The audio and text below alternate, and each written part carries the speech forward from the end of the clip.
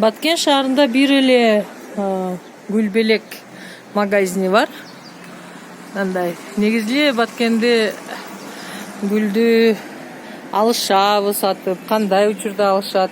Мына ушул тууралуу және эле гүлдөрдүн баасы канча байланышалы. Здравствуйте, девушка, с праздником. Здравствуйте. Кандайсыз? Гүл алган келдиңизби? Гүлгө келдим. Кимге белек бересиз? Эжекелерди. Жалаган эркектер окшойт, аялдардан экөөзү эле окшойт гүл алган керекчи. Саламатсызбы? Кандайсыз, жакшысыздарбы? Майрамыңыздар менен. Ушул бир эле дүкөн бар Баткенде, гүлбелек деген. Негизинен бүгүн эртең менен жалаң жигиттер, кичинекей кыздар гүл алган келишкен окшойт. Саламатсызбы? Гүл алган келдиңизби? Кимдерге белекке даярдатасыз? Апама, аялыма. Мындай гүлүңүздү кармап куттук айтып койсоңуз да болот азыр мүмкүнчүлүктөн пайдаланып биздин каналга. Эми ошо бардык аял затынын майрамын куттайм. Бактылуу болсундар. Алар бар, биз бар. Ошо. Эртең менен эрте чыгыпсыз да бүгүн, Ооба. Азаматсыз. Бул жерде биздин белгилүү хирург, дарыгер, врачыбыз дагы бар. Тең сиз да бүгүн эс алып атасызбы? Тоже майрамдайбыз. Куттуктап аларды аялдар. Бул букетти кимге алдыңыз? Канча сом турат экен ушул букет эми? 1000 сом. Бул 1000 сомдук гүл болду. Кимге алып жөнөдүңүз? Биринчиден апама. Кийин анан көрөбүз да. Аялым бар. Каалооңузду айтып койсоңуз болот. Ден соолук каалайбыз эми апаларга, аялдарга, эжелерге, карындаштарга. Бар болуңуздар. Ошо. Рахмат. Азаматсыз, ийгилик, күнүңүздөр ийгилик бүтсүн. Мына ушундай бул жерде ошол жана мен айтып аткандай, саламатсызбы майрамыңыз менен? Сиз бүгүн майрамда иштеп атат экенсиз өзгөчө. Гүлдөрдүн баасы канчадан болуп атат? Мына гвоздикалар бар экен. Гвоздика 50'дөн. Роза 100'дөн болот. Бул розалар 100'дөн. Андан да ак розалар бар экен. Булар канчадан? 150'дөн, 200'дөн, 80 сомдон. Бул гүлдөрдүн аты Астромерия деген. Астромерия. Булар канчадан турат? 80 сомдон. Негизинен гүлдөр каяктан келет бизге? Өзүңүздөр да өстүрөсүздөрбү? Өзүбүздүн да кыргызча бар. Кайсы гүлдөр Баткенде өстүрүлдү? Мына Астромерия деген гүл бар, тюльпан бар. Бул гүл Баткенде өстүрүлдү. Дагы Тюльпан. тюльпандарыңыз барбы? Баткенде азыр өтө көрктөндүрүү менен алектенип жүргөн ушул гүл дүкөндүн ээси Элчибек мырза. Саламатсызбы? Майрамда бүгүн сизде иш каттуу болсо керек.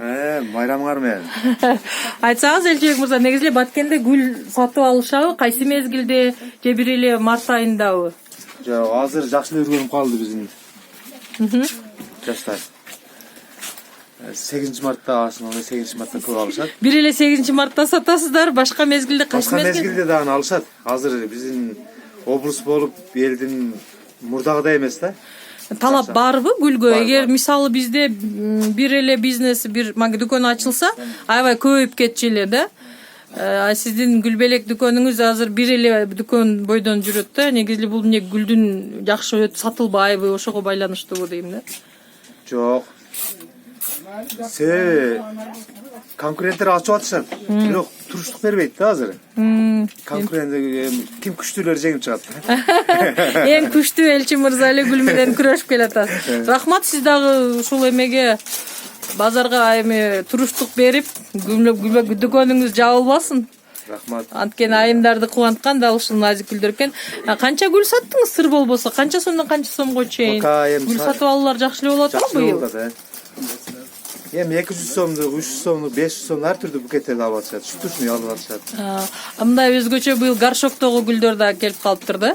Булар кандай? Булардан жакшы өтүп атат. Алар канчадан турат? Алардын азыр мына горшокто гүлдөп турат. Ошол бойдон сакталабы гүлдөрүңүз? Кана эле горшоктогун берсеңиз. Махабат, горшокто гүлдү берсеңиз бирөөс. Мынандай сондагы гүлдөр бар экен. Ооба. Бул канчадан турат? Булар 350 сом турат.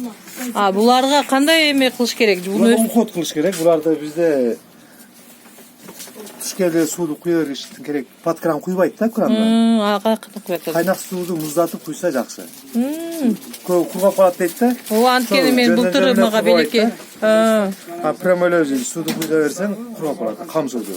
Кайнатып туруп, бул бир аптага 2 эле кашык суу ичет.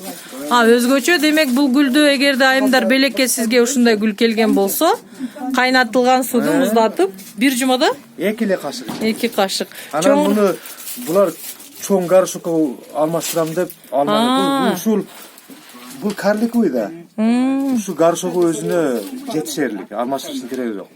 Просто көп астынан семьясы чоң ойгондо. Ооба, баягы көбөйтөбүз деп муну биз чоң. Семьясы чоң ойгондо гана алмаштырыш керек. Ол 1 жылдан кийин чоңойот.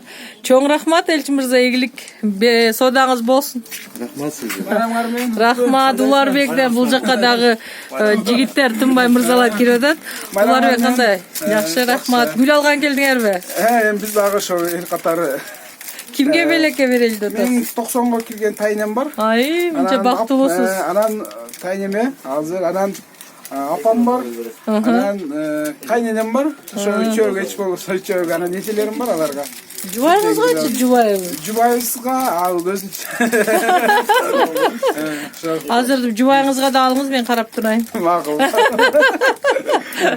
Каалоо тилектерди айтып алсаңыз болот. Ошо бардык Кыргызстан аял затын, Баккендин аял затыны ошо бүгүнкү 8-март эл аралык аялдардын күнү менен куттуктайм.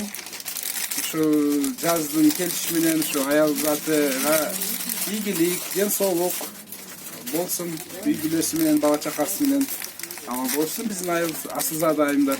Негизи сиз гүлдү кайсы мезгилде сатып аласыз? Бир эле 8-мартабы же башка мезгилде да алып берет? Негизи чынын айтканда 8-мартта эле. Эмнеге? 8-мартта. Негедир бул жаздын символу сыяктуу да, анан чынын айтканда ошо 8-мартта эле алам. 8-мартта эле аласыз. Бирок аялдарга күнү эле гүл берсе жагат. Албетте жагат, бирок гүлдүн дагы баркы болуш керек да, күнүгө эле гүл бергенде болбой калат. Өзү гүлдүн бир мындай мезгили болгондо, учуру болгондо, сейрек болгондо ошондо баркы болот деп ойлойм. Чоң рахмат. Рахмат силер.